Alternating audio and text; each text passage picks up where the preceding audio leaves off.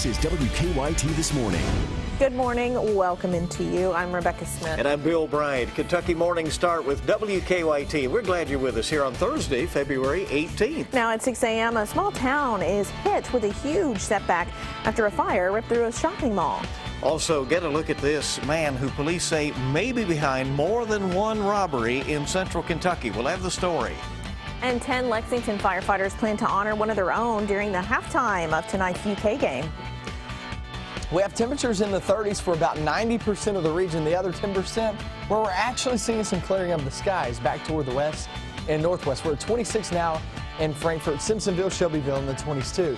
But we go through the day, 45 by the afternoon, much warmer than even this as we track towards your weekend. I'll have that in just a few minutes. And let's get to the latest news from WKYT. A big setback for a small town. At least 2 businesses destroyed after a shopping center in eastern Kentucky went up in flames. They were desperate for help from several other areas. Smoke from the fire at Mart on Main Street in Frenchburg could be seen from miles away. In fact, firefighters rushed in from 3 counties to help battle the flames. WKYT's Mark Barber is at our live desk with a look at all the destruction that has been caused by that fire. Good morning. Good morning, Bill. And that devastating fire did cause a considerable amount of destruction.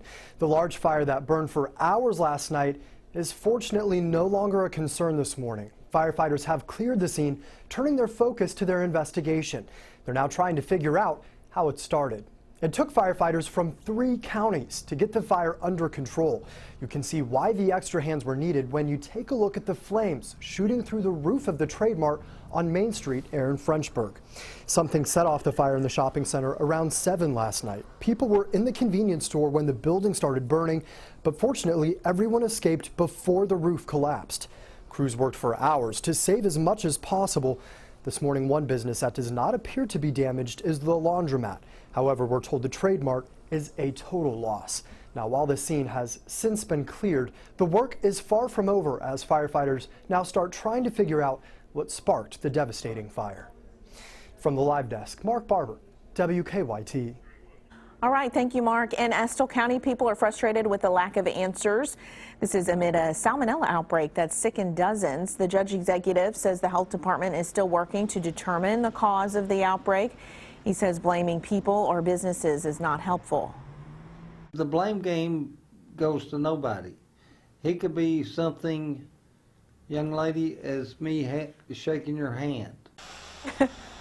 Well, the Estill County Health Department says there have been 51 confirmed cases of salmonella since the outbreak was first reported. The judge there thinks that number could exceed 100 once all test results have been returned. Police say that a masked man who robbed a pizza store at gunpoint could be behind other robberies in central Kentucky. We told you yesterday morning about that armed robbery at the Domino's in the middle of the night in Georgetown. Police think the same man may have robbed a nearby Dollar General store, and they think he may be behind a robbery in Lexington as well. Lexington firefighters are right now rallying behind one of their own, hoping for the best. He is battling cancer. They're really coming together to show support. Firefighter Matt Logsdon was diagnosed last month and is receiving treatment in Chicago. Now his fellow firefighters have teamed up with UK Athletics for a special honor during tonight's UK game. WKYT's Michelle Chamberlain is live at Rupp Arena this morning with more on what's going to happen. Good morning.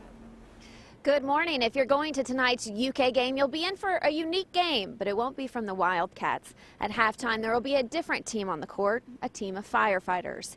UK Athletics asked Lexington firefighters if they wanted to play a game of 5-on-5 on the court during halftime. That game would be in honor of firefighter Matt Logsdon. Just last month, Logsdon was diagnosed with stage 4 cancer in his liver, lungs, spine, and skull.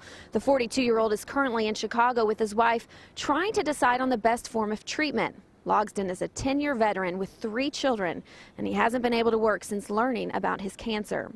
Firefighters hope tonight's game raises awareness for what Matt is going through. Since the news of Matt's cancer, the Lexington Firefighters Union has been supporting a bill that would provide line-of-duty death benefits for firefighters who die of cancers that may be caused by firefighting. The Cats play tonight here at Rupp. The firefighters play at halftime, and they'll be wearing a special jersey made by Nike in honor of Logsdon.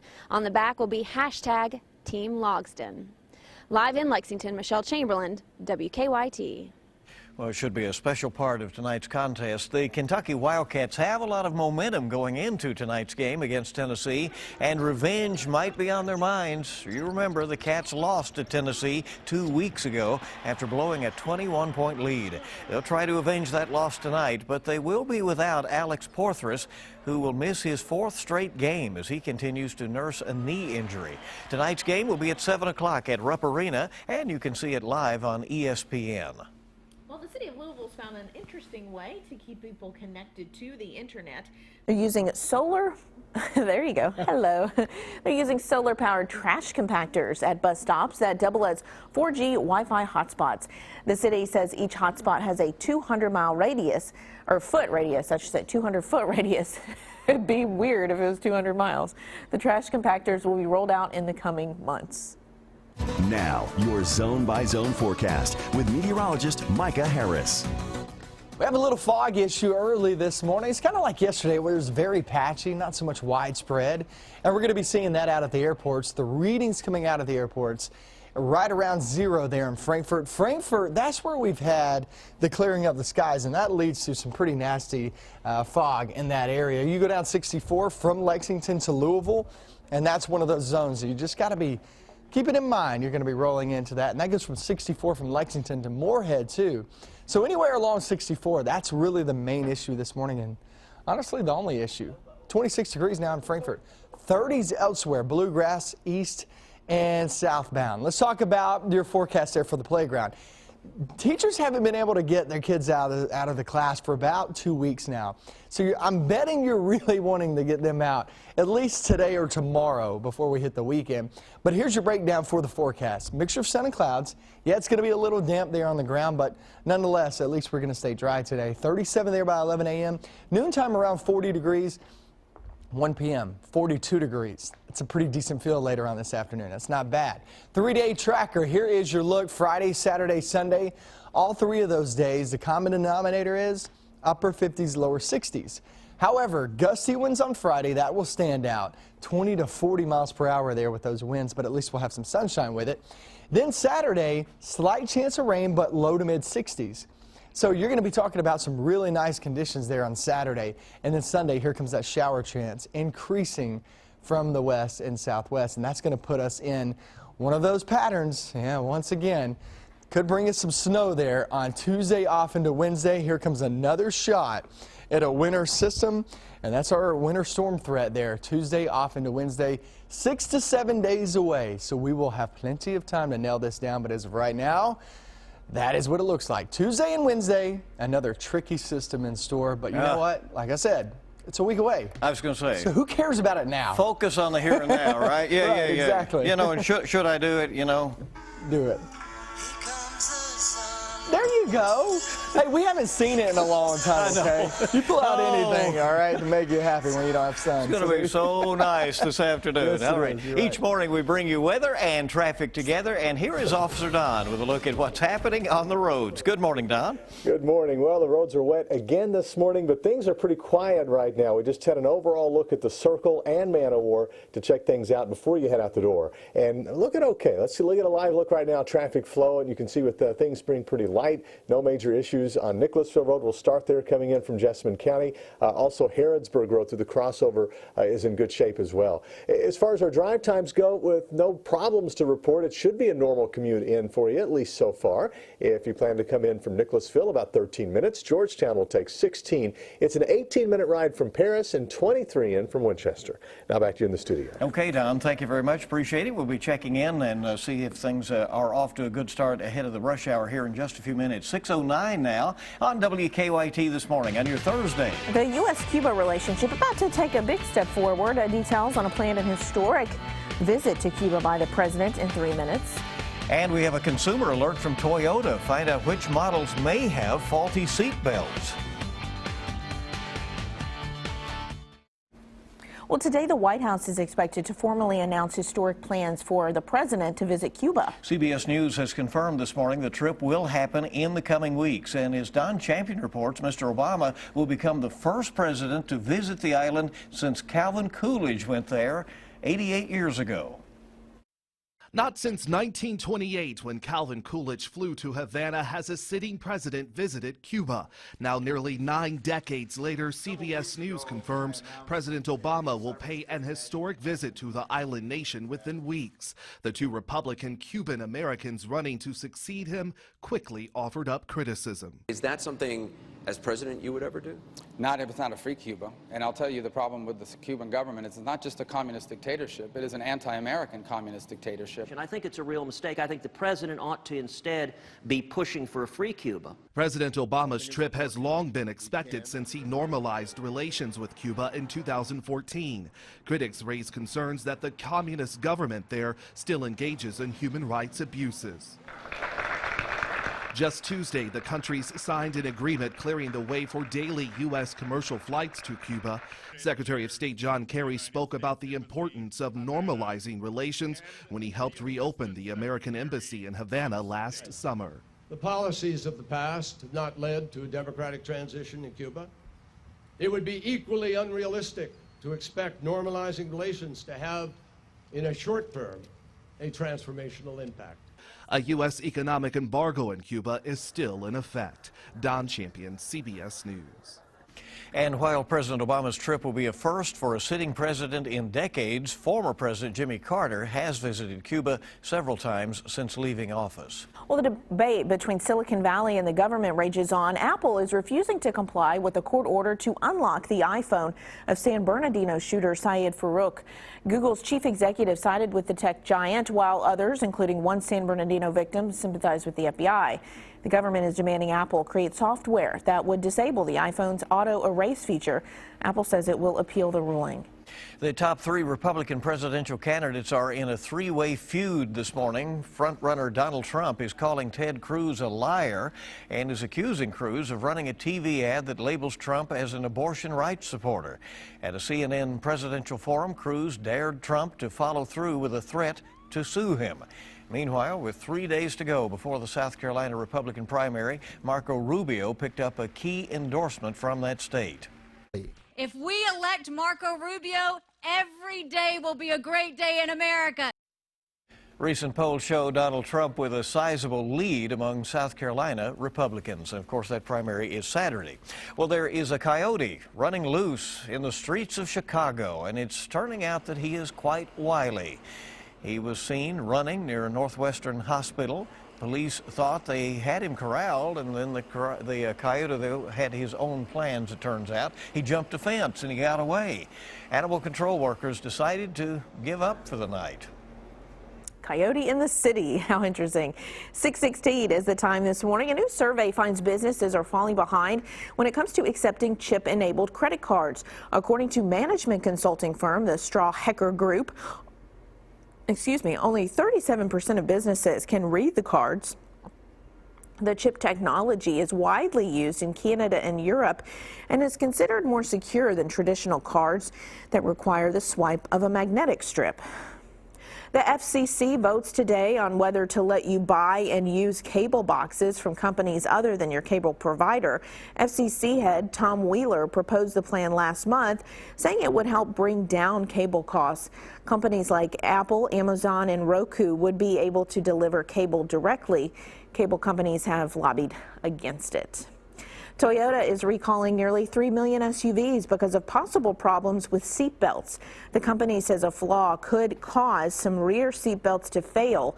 The affected vehicles are the Toyota RAV4, the RAV4 EV, and Toyota Vanguard. Most were built between 2005 and 2014. Toyota dealers will fix the problem at no cost. RAV4 and Vanguard owners can contact their Toyota dealer or visit Toyota's website for more information. A new survey finds 80% of millennials are fearful about preparing their taxes. According to NerdWallet and Harris Poll, that's the highest of any age group. Almost a quarter of those nervous 18 to 34-year-olds say their biggest worry is making a mistake on their returns. But you know what? That's why they have people that can look over it if you need that. As if airplanes aren't crowded enough, Airbus has applied for a patent that turns a row of airplane seats into a bench. There will be different ways to configure the seats, adjusting for people of all different shapes and sizes. So, Bill, I don't know if you'd be too thrilled with these plans they've brought out. I don't know how that would work out, unless maybe you, got a deal on the whole bench. You could kind of... The storage, I hear, is pretty gnarly in these plans. Yeah, okay. Well, that's interesting. We'll see. Right to Airbus. Yeah. 6:18 is our time on WKYT this morning. We're just getting started. It's your Thursday. We're rolling toward the weekend, and we are so glad you're with us. An invasion of tumbleweeds has some people down under very frustrated this morning. To find out how they're handling what is called the hairy panic, Micah. I don't even know how to respond to that one. We're looking outside. Here comes the sun, right? Bill played that earlier. Beautiful weather in the next few days. I'll have how high we go with those temperatures. I think you'll like this. It's coming up next.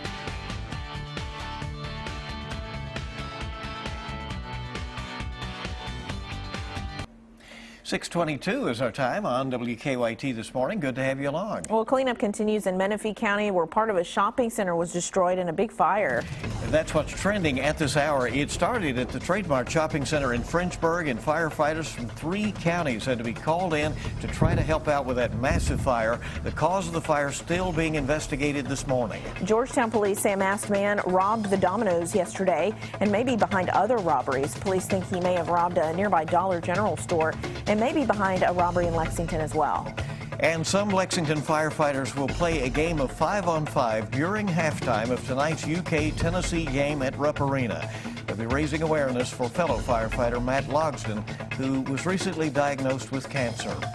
Now, a quick check of the forecast this morning. We expect maybe some nice improvements later on. Meteorologist Micah Harris is here. Yeah, later on, I think if you're heading out to the game, it's going to be just fine. It'll actually be the best weather you have felt in almost 2 weeks. So some good looking weather ahead.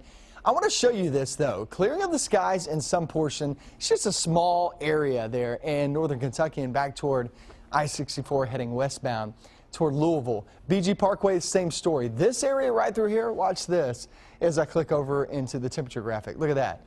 26 Frankfort, where we did not have the clearing of the skies to Lexington. Remember, this is a 30, maybe 40-minute drive there from Lexington to Frankfort. And you're talking about 6 degrees. It was 10 degrees just a few minutes ago. So that just shows you what the cloud cover does. It acts as a blanket, and that's what we're seeing across the region.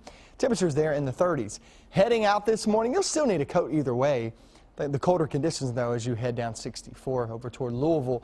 Once we hit the noontime hour, heading out to lunch with friends or a family member, it's 40 degrees. It'll actually feel quite nice and look very good, too.